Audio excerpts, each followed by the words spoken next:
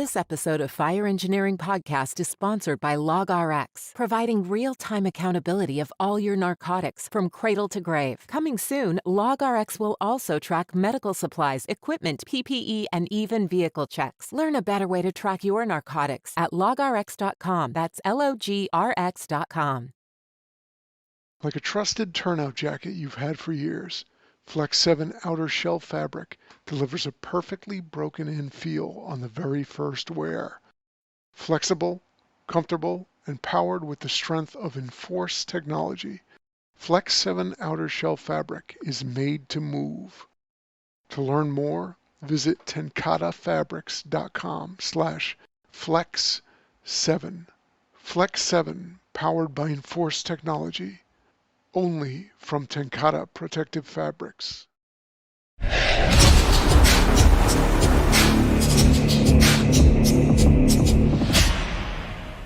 Hey, welcome to the July 2024 edition of Fireground Strategies and Other Stuff from the Street. I'm Jim Duffy. My partner is Anthony Avillo, who most of you know, and we have a special guest I'm going to get to introducing in a little while. Thank you to Fire Engineering and to any of our sponsors that we're going to have today, and have a great evening. This should be a fun show. We have a friend of mine named Rusty Ricker, who is a firefighter, obviously. He's also the president of New England F.O.O.L.S. And we're going to talk a lot about, first of all, the New England F.O.O.L.S. and how he got to where he is and what he's doing to stimulate training for the fire service. Rusty Ricker, welcome to Fireground Strategies and Other Stuff from the Street. Oh, thanks for having me. I appreciate it. I'm just going to ask you a couple questions. How long you've been in the fire service, where you work, how big is your department, how many members you have, because our audience is from anywhere from 5-man volunteer departments to city departments like Chicago and New York, Toronto. And so it's great to let people know where you come from and what's your background. Sounds like the makeup of our F.O.O.L.S chapter, from anywhere from the small towns to the big city. Absolutely. Yeah. I started in 1990 in my hometown as a call man, and I've been 21 plus years now career. I'm a firefighter paramedic in Wakefield, Mass. We're on the north end of the metro Boston area. There were a 52-man department, 4 shifts. We're at 13 men fully staffed. We'll run down to 11. Two engines, a truck, and a captain in the car is our makeup. We'll run through minimum of 3 on each piece. Fully staffed, the headquarters pieces have 4. With 1 guy on the desk as well. We do our own fire alarm work, but we dispatch ourselves. So wow. When I started in 1990, that's what we did too. But we gave it up to the police dispatcher to get one more man in the truck. So we're very similar size-wise. We do it as it's as much it's a good built-in light duty position for us, and the guys know what you're talking about when you're talking back to them on the radio. For the most part, it's nice to have somebody that's not a civilian or a police officer or somebody that's completely ignorant of what you're saying when you're asking for something. I agree with that 100%. So when did you join the F.O.O.L.S first as a member? F.O.O.L.S as a member goes back to the dial-up internet days. The days of, you get your AOL CD at the post office or wherever you used to get them. And late 90s, probably 98, 99, cruising the internet looking for stuff. I like fireman stuff, and I like to drink beer at the time. So this website was all about doing both. And you could send away for a card after a little while that would profess that you could be a member of the F.O.O.L.S, and your favorite beverage was Frosty Brewed. And then a few years later, we got to talking to some guys in the area. Again, through dial-up internet, through AIM Messenger and all that old school stuff that kids these days wouldn't even remotely understand or believe, really. Some guys that had been to Indianapolis, out to FDIC, had taken classes with some of the founding fools and had become members. So we had enough members of Fools International that were kicking around here in New England that we formed our own chapter. We got together in 2002 and officially formed in 2003, the first of the year. We started out we were Maine, New Hampshire, and Northeastern Massachusetts. We have since grown to, in the last 21 years, we have grown to all 6 New England states, as well as the Canadian Maritimes. We have 550 some odd members, and through our tenure, through our history, we have absorbed, I think, 11 other chapters that have folded for whatever reason, taken in their members from all 6 states and Canada. So we're So how many members from Canada do you have? off the top of my head, say 10 or 12. That's awesome. Because I know the change in your logo, you now have representation from Canada. Absolutely. You had to. Yeah, we had a handful of guys come down from New Brunswick to the conference that you spoke at this year. They came down last year, and they grabbed me at a break and they said, hey, the chapter that was up by us folded. Can we join your chapter? Geez, I don't know. Let me ask. So I had texted Bobby Foss, who was the vice president of the International at the time, and Ben Flagel, who's the president. I texted them. I said, hey, listen, I get some Canadian guys here that want to join our chapter. And their answer was, well, we see no borders. It's great. I guess we just went international. So pretty cool. And we've since then, those guys have been down to 2 or 3 of the things that we've done. They were in the audience with you this past March. And we've had others that haven't made it down over the border yet join as well that were interested. So it's pretty cool. That's great. That's good. I want to, and we spoke about this briefly before the show started. And first of all, to our audience, Chief Bill is going to be running a little bit late. So if he joins us, wonderful. If not, you'll see him next month. So what I wanted to speak about, what we spoke about before we signed on, was David Rhodes and fire engineering in FDIC are starting to encourage smaller conferences, which I think are really, really great for a lot of reasons. First of all, it's easier for the newer members to get to, and people are undecided about going to outside conferences.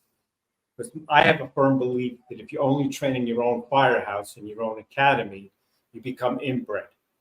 So I think going out to other places to get other ideas is so good for you and your organization.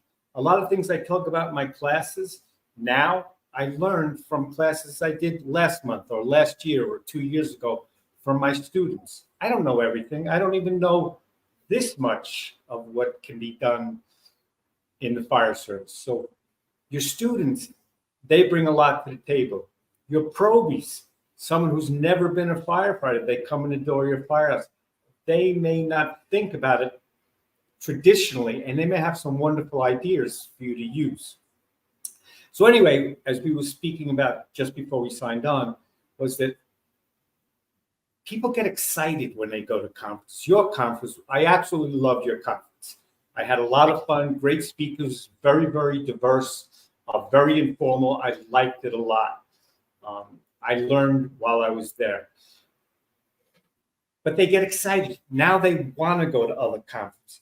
And now they want to go to FDIC or the International Association of Fire Chiefs put on a conference, the New York State Fire Chiefs, the Ohio Fire Chiefs, and they in turn also excite people to want to go to the bigger conference.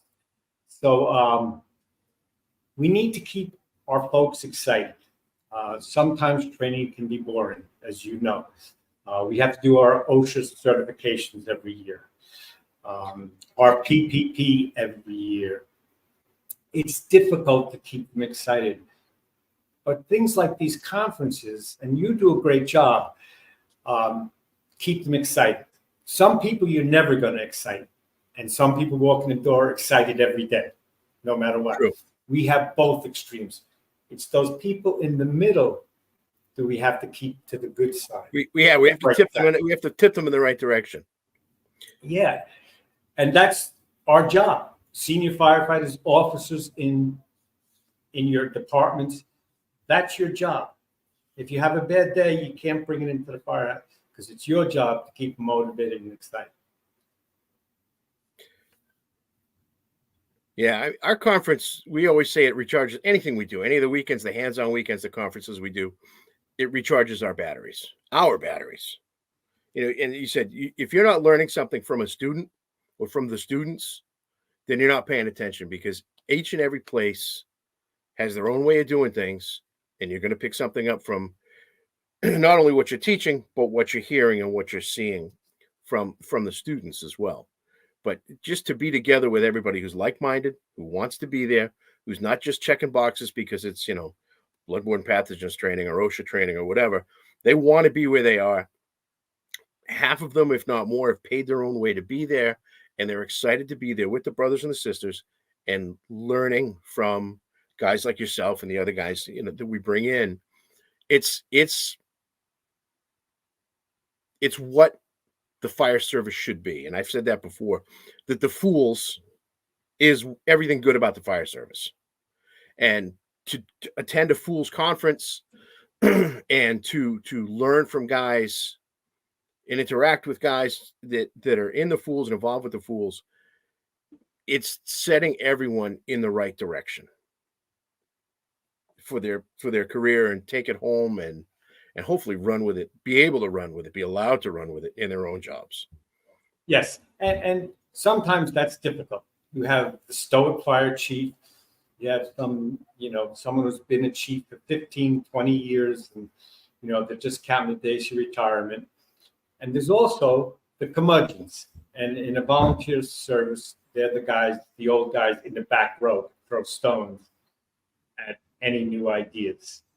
And sometimes your job is to bring them on board. You can't always, but it's your responsibility. And what you're doing helps them. Especially if you can involve them.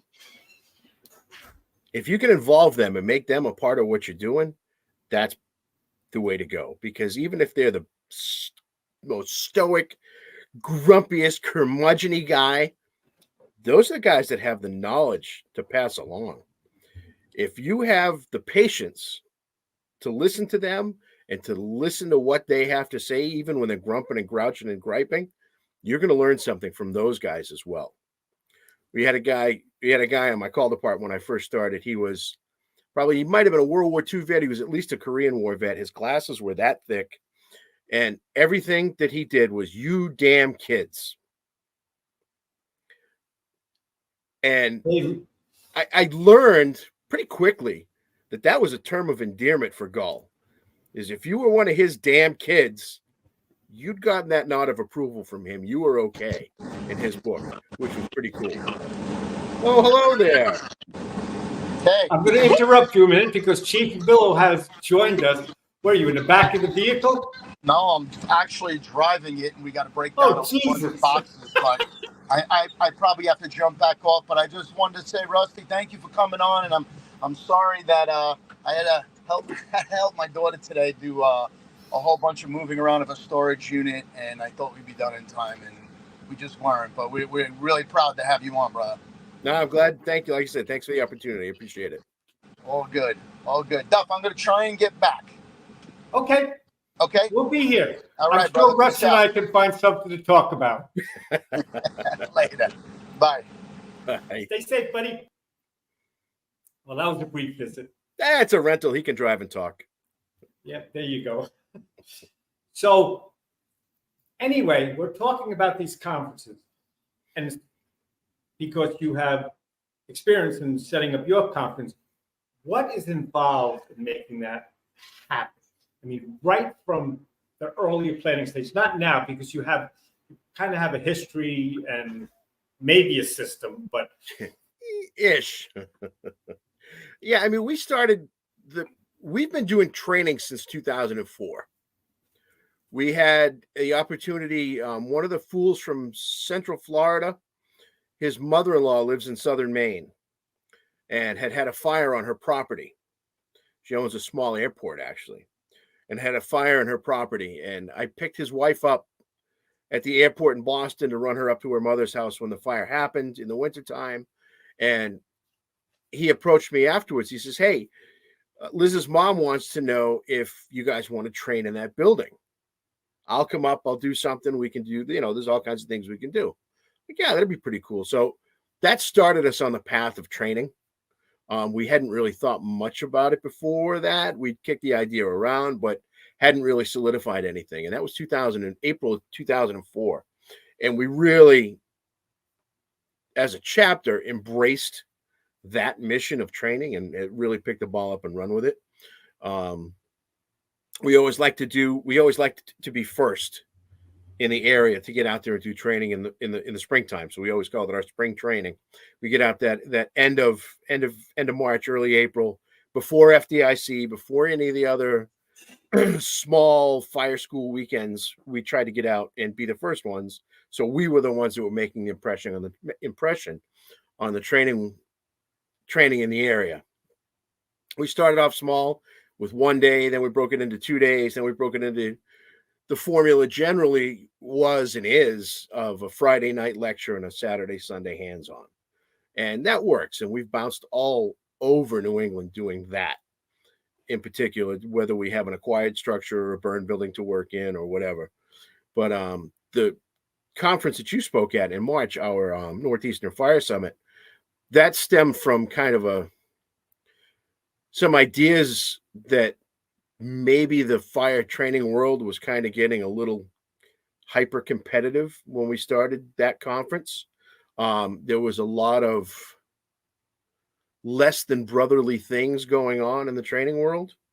So we brought together some of our friends from on-scene training, from PL Vulcan, and from traditions training. We brought them into the New Hampshire Fire Academy, and we had a training day. And it was a great day. We had a great weekend of training. Friday night, Commissioner Lombardo spoke for us. And then Saturday, we had just a day of lectures from the 3 different training companies. And that was the start and the birth, I guess, if you will, of the Northeastern Fire Summit. And it turned from that Friday evening lecture Saturday to what you participated in with us of, half a day Friday, all day Saturday evening, half a day Sunday, that we're doing now. It works. That location, I think, that we're at now in Wells, Maine, the village by the sea, you don't get any better than that location. We've learned through the years, we bopped it around. We tried it in New Hampshire in places. We tried it in Mass. It didn't work. We tried it in other places in Maine, and it worked okay. But we found that location in 2017, I think was the first year we were there. And we definitely found a home. And I think you can attest to the quality of the location in terms of the ease of not having to go anywhere. Yeah, I tell you, I thoroughly enjoyed it. And there's more involved than just the location. You have to get vendors to help you, sponsors, get the word out, find instructors. You have to vet your instructors, like you said, the hyper competitive and other things. What is the message? What is your audience? You know your audience. So you have to bring in a very diverse instructors. And how difficult is it for you to vet those? I remember mine, like you asked for some specific things. Well, that's not what I do, but I will put some of that into my program. And for me, it was exciting to do that. Oh, it's funny. A lot of who ends up speaking are guys that I see throughout the year. Like, ooh, I'd like to see him speak. Let me get him out here. And somebody else in the chapter will come and say, hey, you need to get so-and-so. He's got a great message. Get him out here. Or, friends that say, hey, I got a new program. Can I shake it out? And we've kicked off a lot of people's speaking careers friends have spoken first for us and have been doing very well out there on the circuit since then. But yeah, I mean, we have a very good. We've been around since we're 21st year in existence. We have a great relationship with a lot of vendors. We have a great relationship with. I will say we have a great relationship with the bulk of the New England Fire Service, from the probies right on up to the chiefs. We have. I couldn't tell you how many fire chiefs in our chapter, from small towns to big cities. Chiefs of all levels too. I mean, we have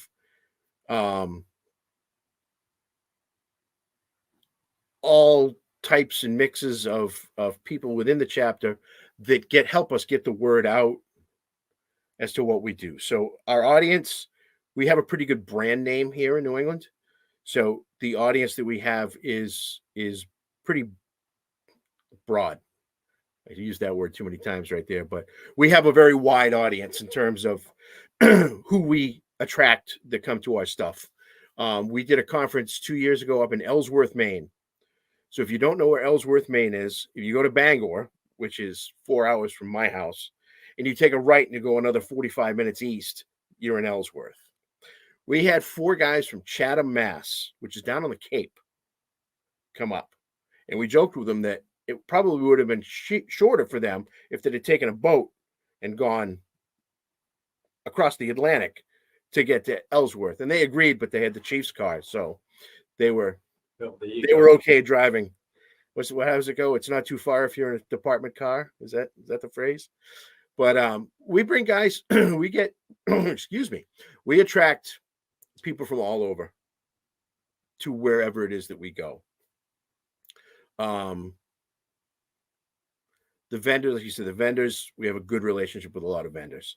And that grows every year because a little word of mouth from this vendor to that vendor to, hey, you really want to get involved with this. And we don't ask for a lot of money from them. I don't think. I know I've had some vendors in the past say, that's all you want? Yeah, that's all we're looking for. We're just looking for a little bit just to ease the pain. Speakers, like I said, you get guys that you want to hear speak. Somebody else wants to hear speak. Anthony reached out to me last year after the summit because he had seen it online or whatever. Said, how do I get involved?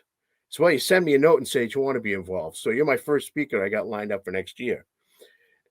And I ran into you at the line of duty death funeral and befriended you. So there was 2 speakers right off the bat that were easily obtained. And from there, you reach out. We try to not focus on one topic per se. I mean, we split. Last year was the first year we split into our March conference. We split it into 2 separate tracks. We do the leadership track and we do the tactical track, because the leadership message we felt was getting lost with just having maybe 1 or 2 speakers, because the backstep guy doesn't want to hear leadership stuff, but maybe that battalion chief, that deputy chief, that chief of department that's there wants to hear leadership stuff. So we split the tracks to have that specific day-long focus on those topics, as well as splitting the tactical track downstairs in the main ballroom and having a larger audience and different topics, be it truck work or rescue work or engine work. Or one of the things that we lost one of our dear friends to suicide in 2017, and one of the things that we focus on every year since then has been our mental health. We have a mental health speaker every year, and it's very important to us to not only honor his legacy and honor his memory, but also to help make a difference with the guys that are in the room, the guys that might need to hear what's being said. And I know for a fact that 2 years ago, a couple of the speakers that we had a very dramatic impact on a gentleman that was in the room and changed changed his life for the better for what he had to hear at that conference specifically on the mental health topic. Well, I have to interrupt you there for a moment. The speaker you had on that subject this year was absolutely amazing. Home run. I absolutely love. He didn't have a class. He didn't have a speech. He didn't have anything. Nope. He just came into the room and talked. And obviously he's lived it. He, military veteran with some traumatic issues from the military and he's also a local person. Yes. You know, in New England. And I think he made a tremendous impact on everybody. He was a wonderful person. I think he's found his calling. Yes. I don't mean a speaker. I mean, he's making a tremendous difference in the world. And as a supervisor, although I'm retired, as a supervisor, some of the things that I felt that I could have done better as a boss to help my people. He was just absolutely amazing. He stood up there for an hour, 45 minutes, 2 hours. He spoke without a presentation, from the heart, off the cuff, and never faltered, never hesitated once. He knew what he wanted to say and how he wanted to say it. It was incredible. Yeah. And he bared his soul. That takes a lot of courage and a lot of guts. Yep. And he was another one. He was another one that somebody had said, "Hey, you got to get this guy. He's good." And we got him, and he was, I think, beyond good. I'm actually getting goosebumps thinking about his conversation right now while I'm speaking to you. Yeah. So we had 2 years ago, maybe 3 years ago now, I forget. Rick George and Lee Forshner. Rick is awesome. Home run. And Lee is as well. Both long-time friends, long-time fools. And they were speaking on mental health. You know, Lee has lived it, as has Rick. And they were the ones that one of the attendees in the room engaged with. And basically we had an intervention out on the veranda out back where the trellis was at the venue that day. It was pretty powerful. Yeah, so it's about time. And I know it's not just this year. We're starting to look at that. I joined the volunteers in 1974, became a career firefighter in 1990, like you. And it was this far from anybody who was leading the departments and even the membership. We weren't the best to help people who were in trouble. And I think we're moving in the right direction. I think the world is starting to move in the right direction. Yes. Unfortunately, we got too deep before we decided to dig ourselves out. Yeah, we definitely learned our lessons the hard way in terms of the mental health end of things. But I think I think we're headed, for the nead generation, we're headed in the right direction. I think it's to some point. And this is a pet peeve of mine. Social media. And what we're doing is technically social media. My sister actually wrote a book called Don't Press Send. It's about a mindful approach to social media. She's an educator, middle school, and she had a couple of 13-year-old girls in our school commit suicide one year. So she wrote a book about, a lot of it is bullying, but a lot of it is comparison. People see everybody's life is wonderful, what is mine like, but nobody posts that their mother and father don't get along. Nobody posts that we can't pay our bills. Everybody posts. So people are feeling isolated, and they don't know. They don't know what the real world is. You and I are talking like we're face to face right now. These kids are doing this all the time. And I'll give you an example my sister uses. If I call you a piece of shit and you're 13 years old, I see your body language and your facial expression change. And I recognize that I hurt you. So then I say, well, maybe to myself, if I'm a decent human being, I say to myself, maybe I shouldn't say that or do that. But when they're doing it on their phones or their keyboards on their computers, you don't see that. You don't see that body language and how you're hurting people. Nope. And you have the anonymity. You say that to my face, there's a good chance I'm going to dot your eyes. You have the anonymity of the keyboard to not get punched in the nose. Yep. For calling somebody a name. Yep. And it's shared over and over and over. People who don't even know me know that I'm an asshole now, whether I am or not. So I think that's dangerous. I think it's getting into our business as well. I visit my firehouse very often, have coffee with the boys, breakfast on Sunday mornings, and I walk in the day room, and they're all sitting there on their cell phones and not talking to each other. Maybe they're texting each other across the room. I don't know.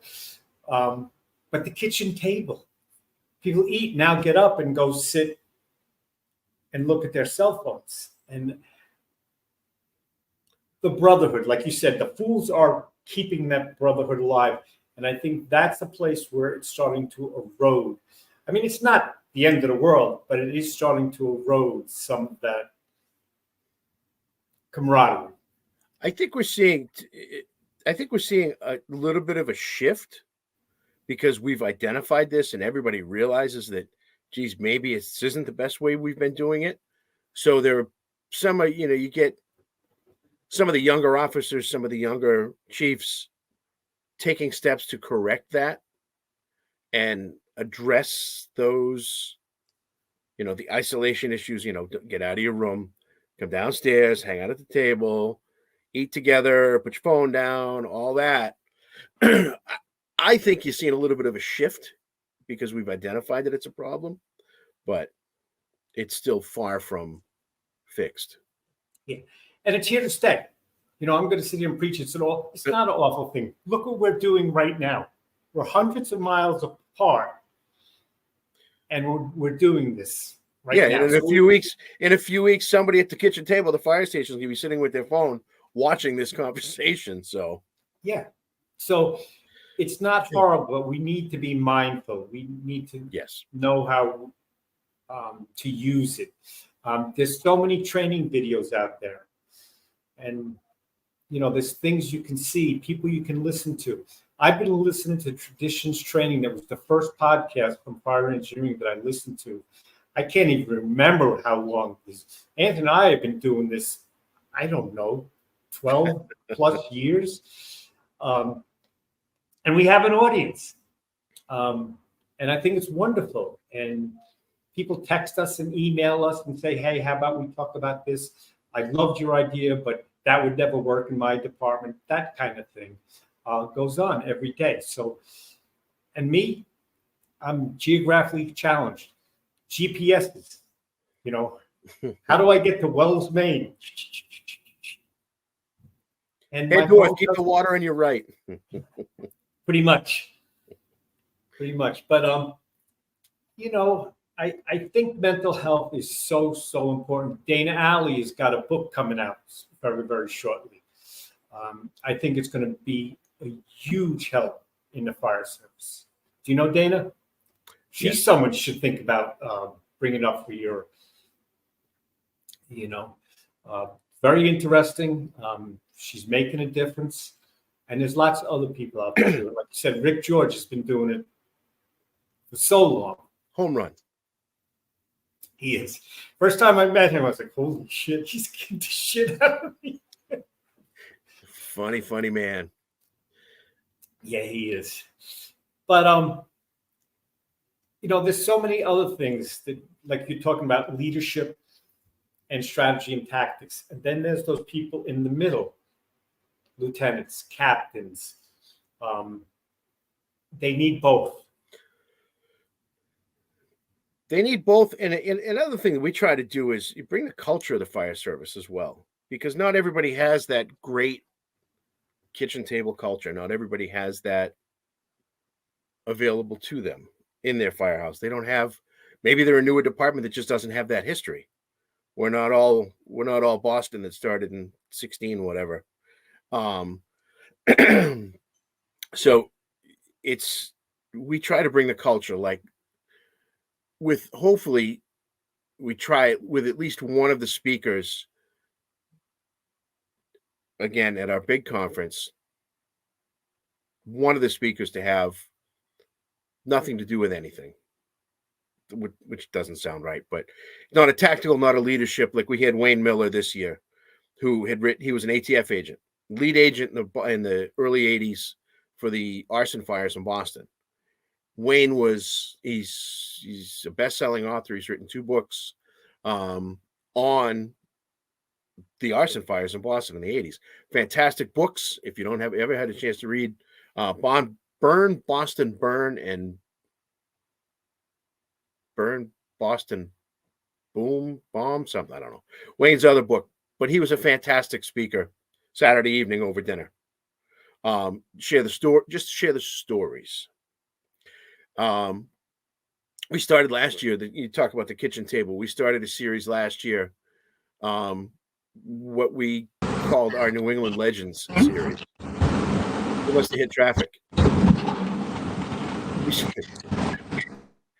We started on New England.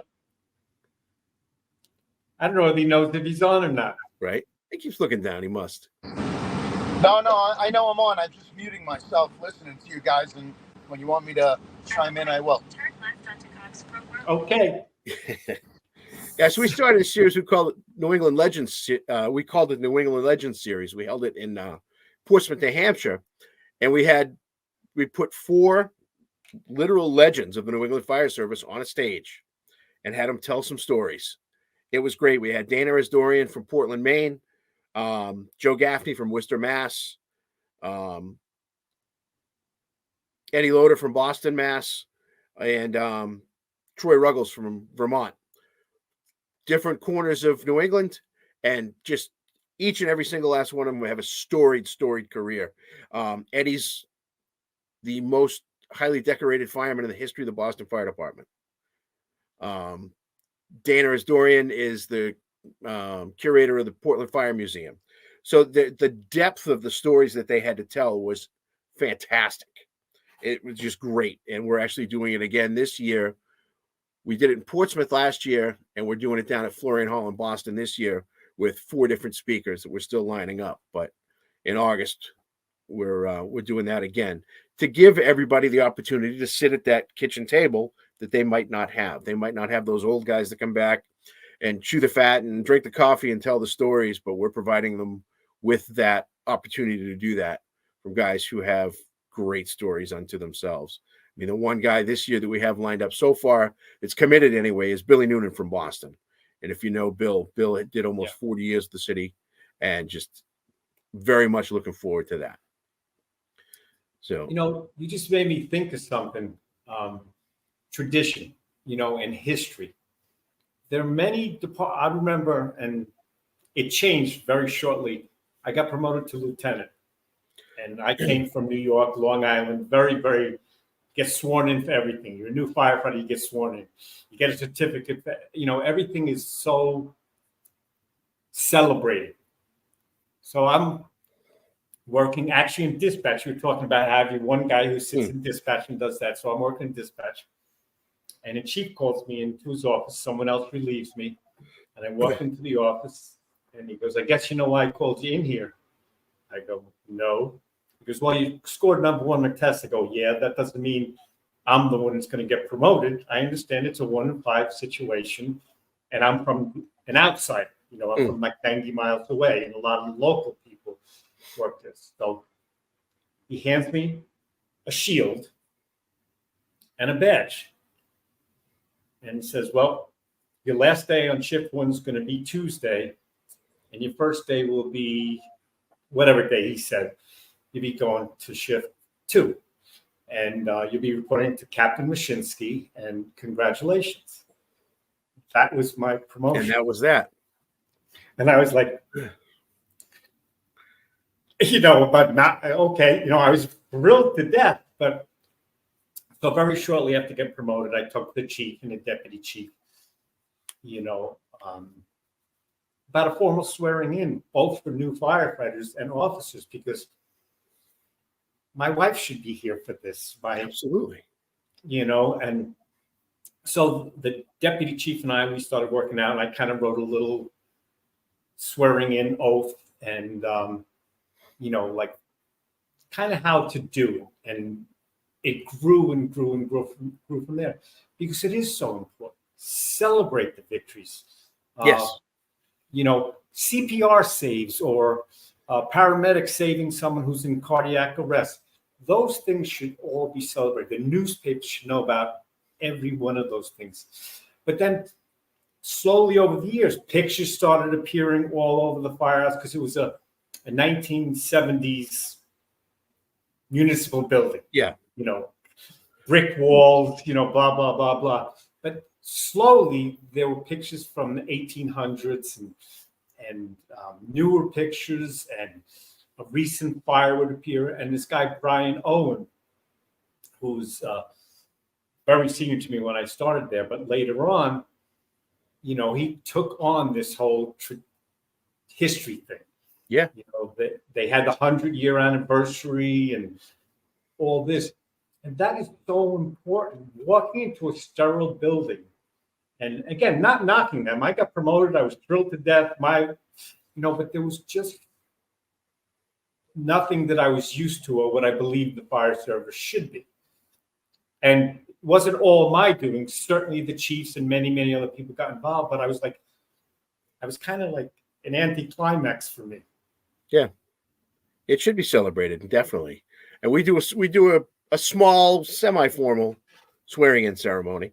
Town clerk comes over, you put your hand up, and you sign into it. It's a giant ledger that everybody signed into forever, and it's nice. It's not super formal. My youngest son got on the job last year, and they hadn't had in your department. No, a different place. He works in Southern New Hampshire, and they hadn't had a ceremony in a couple of years due to COVID. So they had a ton of promotions to celebrate. And it was great because everybody got pinned from probies right on up to chiefs.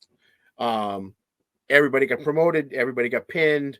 They made a pretty big deal out of it. It was really nice to see that was the kind of department that he was starting in. Yeah, and that's exciting. Like Rick Lasky said, give him a big freaking cake. Yeah. You give him a big freaking cake, whatever it is. It's important. It matters.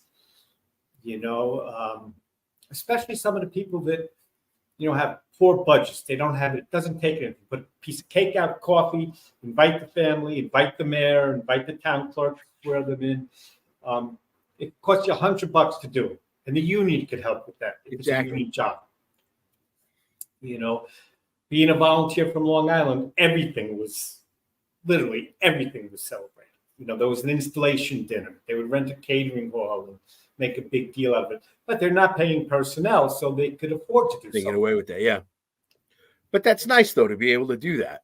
And that it acknowledges every step of your career, because it is important. It might not seem it at the time, especially if you're younger. It may seem just like a whatever, but you get a little long on the tooth, and you're like, wow, that was pretty cool that we're able to have that ceremony, that everybody was able to get together. And you look back at the pictures of it, and oh wow, there's so and so and so and so, and this one's gone and that one's gone, and look how skinny he is and how dark his hair is and all that. It's important. I think it's really important to the young guys that walk in the door.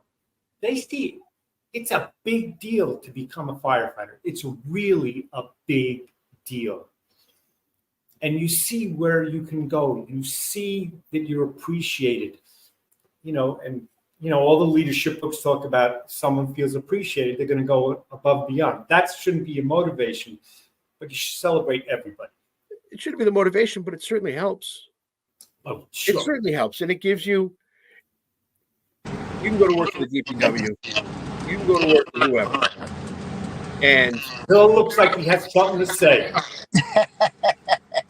No. Let Rusty finish his thoughts. Okay.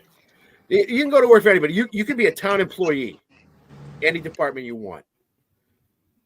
But you shouldn't be a town employee in the fire department. You should be a firefighter. You should be a fireman in the fire department.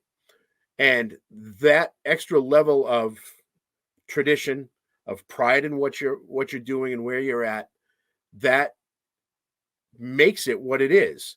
The stuff they put the fire stuff on the walls. The back of our engine bay at work at headquarters, we have a 1907 Amoskeag steamer. Still. Somehow it avoided the scrap drives in World War II and didn't get shot at the Germans. We've got pictures everywhere. We've got all kinds of antiques throughout the day room, and we're in a fairly new building, and it's great to see that acknowledged. That there really was something before yesterday when I started my shift. It's funny because the tradition. Can you guys hear me? Okay. Yeah. Yes, sir. Okay. The tradition. So we're a fire department. We've just celebrated 25 years. And what's interesting is most of the guys from the old departments are gone. It's mostly probably 90% North Hudson Regional guys, and very, very few old guys, from the old departments left. At 25 years ago, they, merged 5 fire departments. They crashed 5 cultures together at the speed of money. But one of the things they're doing is there is an old firehouse they used to call the Exempt House that they are putting together a museum up there. And it's going to be a museum with a piece of each of the old departments and the North Hudson Regional Fire and Rescue part of it. And it's got the original signatures on approving the regional fire department, and it's some really, really cool stuff. I'm really excited to see it when it's done. I don't think it's opened yet to the public. I think they're still working on it, but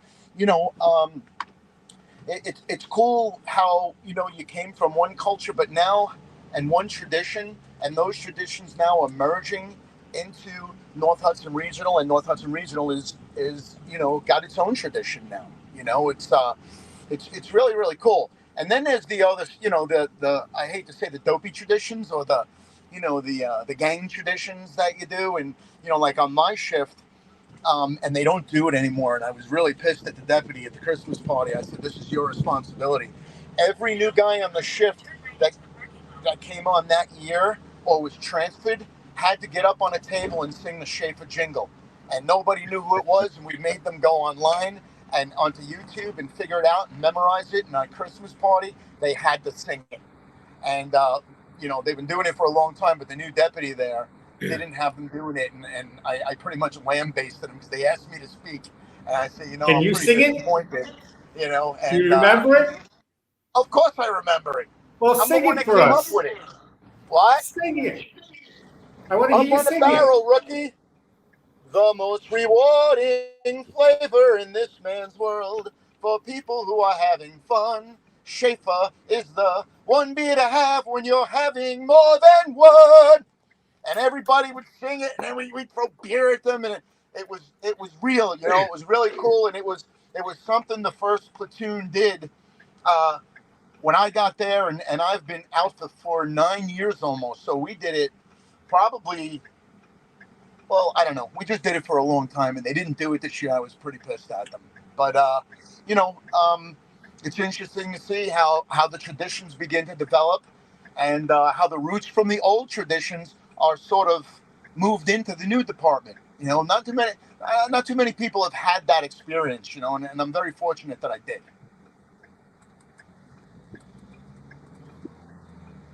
I'm sure that was too much like hazing for them now that's why they can't do it. Yeah, fuck them. You're not making them get naked or anything. Not anymore, anyhow. It is so important, and it helps us become a better team, a better department. For the rough times, whether it's, labor negotiations or a bad fire or a loss, having that tradition and history helps you get through the bad times and the good times. I mean, losing brothers to cancer and watching them die over the years, it helps us all get through that. Putting a roof on a brother firefighter's home, I hope that tradition never goes away. Hey, I'm moving, pizza and beer when we're done, and you get your whole shift comes over to do that, and then we break each other's stones The whole after time. the movie or while we're moving. Just don't give the beer out until you're done. No, I know that. Yeah, you make that mistake once. It's funny, Anthony, talking about museums. We were just down in Baton Rouge for F.O.O.L.S convention, the international convention, a couple weeks ago, and the home base for convention was the Baton Rouge Fire Museum, which is in an old 1920s, I believe, fire station that is gorgeous, absolutely gorgeous. Ornate tiles on the front and the back of the building. They have their original motorized ladder truck, 1920-something American LaFrance tiller, still with its original paint in the building. Two 1920s American LaFrance engines in the building, and just a slew of memorabilia and stuff throughout the years of the Baton Rouge Fire Department. Very cool place to have for them, and to be able to have spent, basically the week there. It was pretty cool. Glad to see it in a city like that not all the cities appreciate their history. Yeah, and that's a shame, but some incredibly do. From the smallest little department to cities like New York and Chicago. And it could be, like I said, a 20-man volunteer department has stuff from the early 1800s in their firehouse. It's all in the mindset and the culture through the years of wanting to preserve it rather than, what's this old stuff? Let's throw this away. It's old. It's no good. Yeah. And it's heartbreaking when you hear about stuff like that. One of the engines where I used to work, there's still a Navy nozzle in one of the compartments, only because it's going to stay there, not because they're ever going to use it. Although there are still some uses for it, like the piercing nozzle, the whatever, but it's in the compartment just because it's moved from engine to engine to engine. Reading, Pennsylvania. We were down there teaching a few years ago, and they had a couple of engines that were on site. They have a Navy nozzle. They had a Navy nozzle with a wand on the bumper. That was their car fire line, which was interesting to see. Not something I remember using them, but not everybody did. Everybody said, what in the world is that? I'm like, well, kids, here's a little history lesson. Yeah. So I used one once. It was at a paper recycling place. So they have all these bales of stuff in the compactor. You can't get into it. And that's exactly, you would stick it in the bundle. And this thing smoldered for days. Yeah. When I started, that was our car fire line. On the left side of the old Mac, pulled it, and the wand wasn't attached, but it was up in the dead load with it. So if you needed to get underneath, you tied it right in. Interesting. Which this brings me to a funny story. I was a probie, and we get a car fire in the middle of the night. So we pull an 1 3/4 with a task force tip, probably it was, whatever. Knock it down. So my lieutenant goes, I want to show you something. It's 2 o'clock in the morning. You have to understand this. So the chauffeur was the senior guy. He was sitting and he was just going, fucking Duffy, because he's showing me. So we pull out the nozzle with Pierce, and he closes the hood after we opened it to put the fire out. And he shows me how to stick it through the headlight to get into the engine compartment. Again, it's 2 o'clock in the morning. Yeah, that's a good 2 o'clock in the afternoon lesson. But it continues. So after we knock it down, we go to overhaul. Now he wants me to pull a booster to overhaul it. So we got 3 lines out for a car fire. At 2 in the morning. Yes, and this guy, Sandy, brings the story up all the time because I'll never forget that. I was cursing you out the whole time. But the guy was a good boss, very protective, very into it. He was going to show me something because I was probably 2 months on the job. But again, it was 2 o'clock in the morning. So the chauffeur was not a happy camper. Too funny. That was a long, long time ago. 1991, I think. Whatever. But I love, let's get back to the Fools because we've drifted very, very far. As you said we would. The Fools is keeping this alive. It's one of the organizations. There's many, many more. Don't misunderstand me. Some are very formal. Some are not so formal. You guys are kind of in the middle, which I love.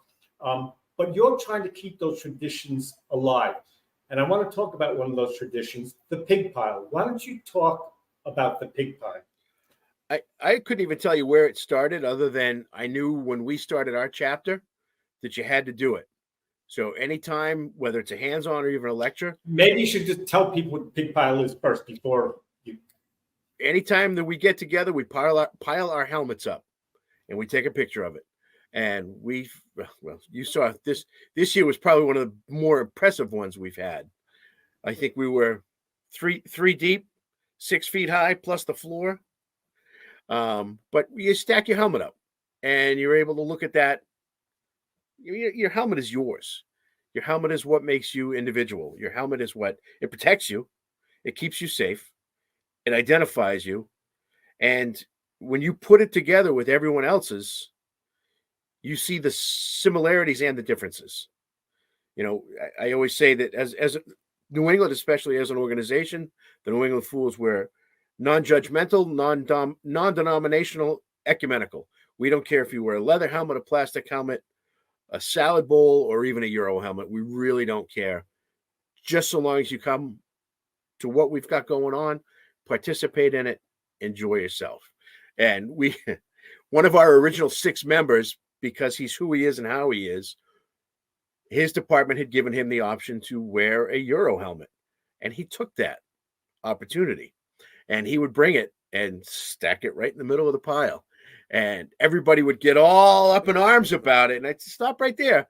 That's one of the original 6 guys in this chapter. So zip it. We wouldn't be here without him. And then, the discussion would ensue about, how to vote him out and get rid of him and everything else. But he'd just sit back and chuckle because that was just him. I'm going to let you run on for a moment because I'm going to walk away and bring something back that I have to show you. Okay. All of you.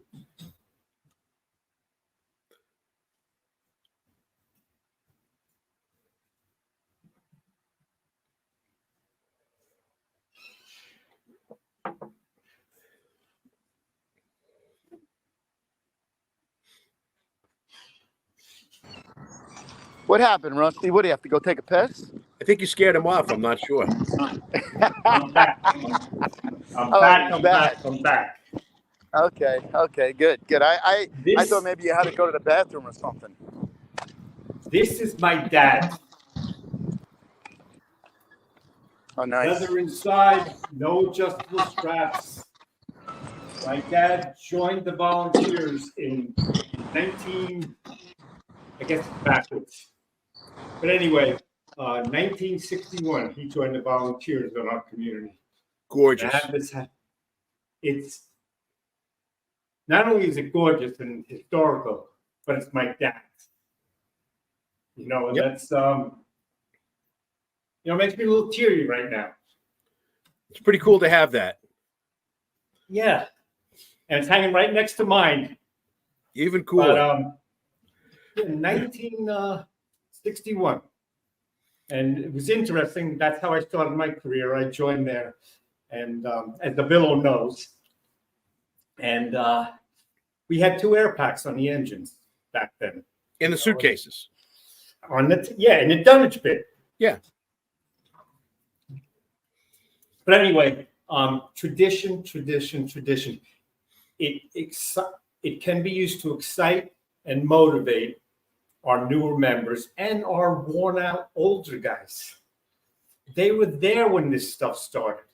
When you got rid of the smooth bores and got the automatic nozzle, then got rid of the automatic nozzle and got the smooth bores. when we got air packs for everybody. One radio, the officer had the radio. That was it. All that's where we came from. Gear for everybody. Oh, yeah. When I started as a call guy, you didn't have your own gear. The gear was on the truck. So you had to know approximately which seat had the stuff that fit you or which seat didn't. We had one pair of size 14 boots, and those were behind. We had a 71 Mac pump, which I now own, but we had a 71 Mac CF that had a pair of size 14 3/4 boots in the jump seat. I could keep my sneakers on and wear those boots. That's the only way I could wear those boots, because it was like a clown otherwise with your feet. But you had to know where the gear was that fit. And it was probably 4 years later, we were officially got our own gear. Some of us had scrounged our own and gotten it from different places, but the department finally issued us our own gear 4 years later. Wow. My first helmet was my first helmet I got from my aunt, who had been she was the first female in the department, and she had since gotten through, but she said, I still have my helmet at home. I'll give that to you. So I had to scratch the K off the back of it and put an R so I had my helmet. I still have it. It's kicking around somewhere. That's interesting. But yeah. So this was a unusual show for us. We didn't speak anything about fires. We talked all about history and tradition. I think that's wonderful because it's something that kept me going. And I loved it. It helped me, like I said, on the tougher times. Being a boss is not always easy. Sometimes you have to be the dick. It's part of the job. And what can you do better? And try to sell some of those traditions. And it always excited me how we got here and who we are. And as I travel, I like to stop in firehouses, and I'll talk about your firehouse. If I stopped and visited you, the first thing you would show me would be all that old equipment in the back of your firehouse, right? Yeah, you'd have to walk right by it. Absolutely. Yeah, so it's important. And a lot of cities have fire museums, and they'll always welcome you. And you'll find that 90-year-old guy sitting there telling you about every piece in that building. This was the first truck I drove. Remember, you had a double clutch it. It was a 2-stage pump, with a gasoline engine, and they would give you all those stories, And I'm proud to have been a part of that. I love history anyway. It's always been my thing since I was a little kid. So it was a natural transition when I got in the fire service to really get into the history of the fire service. And the Fools took it that extra step to be able to pass the history and the tradition of the wider fire service along to other people as well. And it's something I've always loved and love passing it along and handing it off to the next guy and being the guy. I like being the guy that somebody says, hey, I got a question about this. Yeah, well, it was this and that. Often a lot of the stuff you just know. You have that institutional knowledge. And it's nice to have those people in your organization that you can talk to and fall back on. The first captain, the job I'm on now, when I started, the first captain I worked for, he retired with 43 years on the job.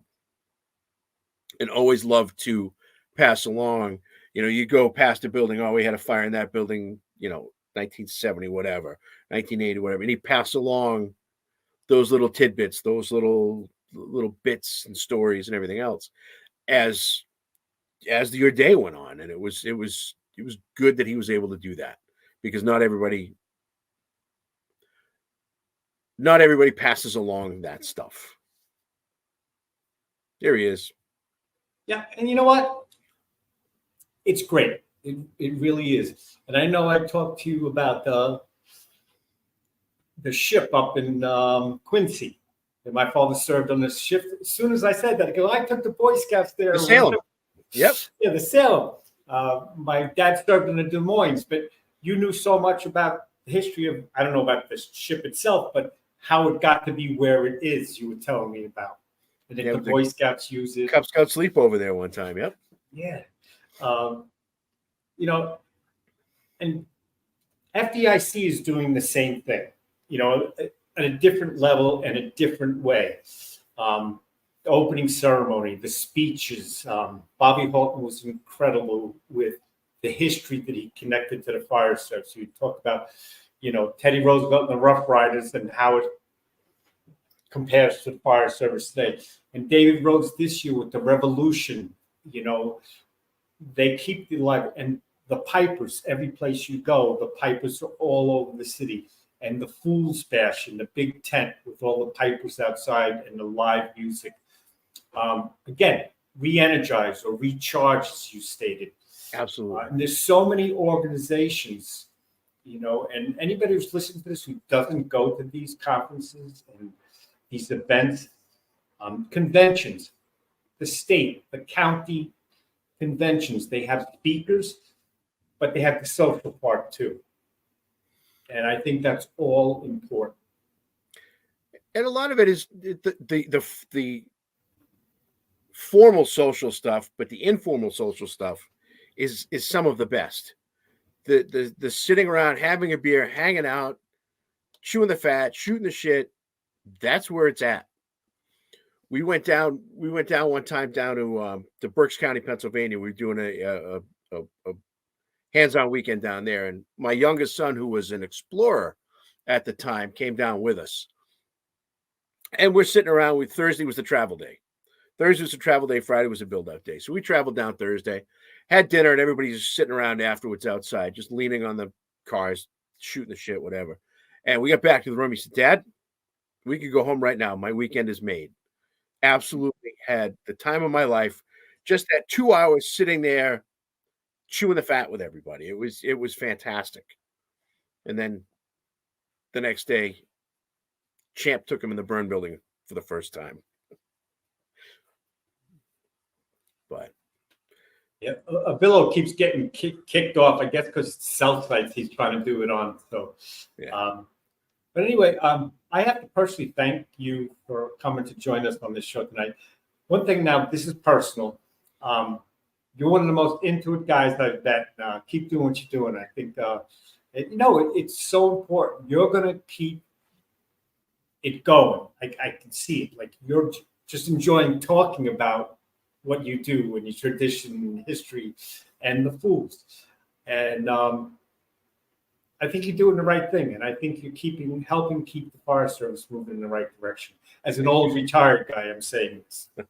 I appreciate that. I do it because I enjoy it. Oh, I know. It shows. And I remember the first time I met you, unfortunately, at a funeral, that, you know, you can't be standing by yourself. And then when we were sitting back by the cars and we started talking about all the people that we knew. You know, you knew so many people, you know. And somehow we never met.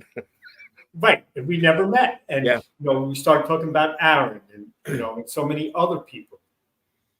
You know, and I think it's one, and the fire service is still that way. You know, no matter where you go, my wife would go, you can't go anywhere without meeting somebody you know. Drives my wife nuts. It does. You know, so anyway, I want to thank you. Nope, I appreciate your time.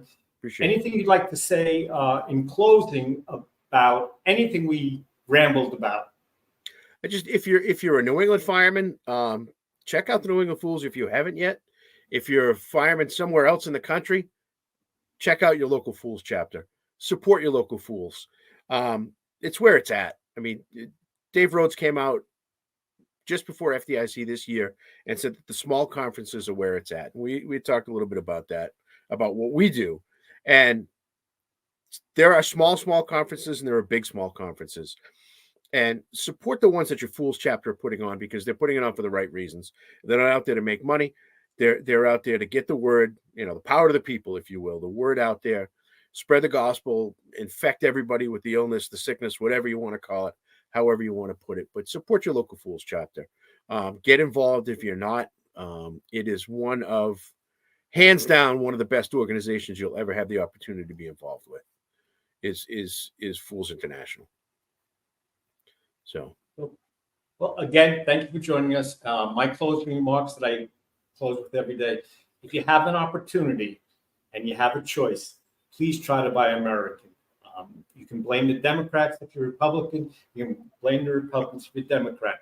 If we're not buying stuff that's made in this country, we're part of the problem. We're why the economy is. If everything we buy comes from China or Taiwan or wherever else in the world, there's nothing wrong with that. Because I'm on a laptop, you can't buy a laptop made in America.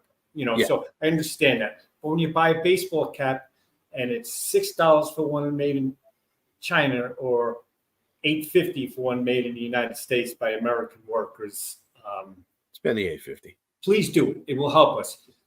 Several reasons. If you're a volunteer fire department, you collect donations to make your department run. If you're a career firefighter, people pay taxes. If they're not working, they're not paying taxes and they're not giving money. But also, it helps us. Some pride.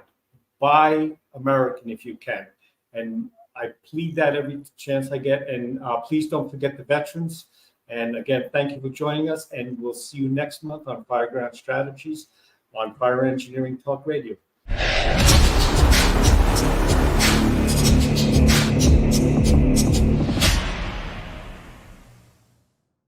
This episode of Fire Engineering Podcast is sponsored by LogRX, providing real-time accountability of all your narcotics from cradle to grave. Coming soon, LogRX will also track medical supplies, equipment, PPE, and even vehicle checks. Learn a better way to track your narcotics at LogRX.com. That's LOGRX.com. Like a trusted turnout jacket you've had for years, Flex 7 outer shell fabric delivers a perfectly broken-in feel on the very first wear. Flexible, comfortable, and powered with the strength of enforced technology, Flex 7 outer shell fabric is made to move. To learn more, visit tencatafabrics.com/flex7.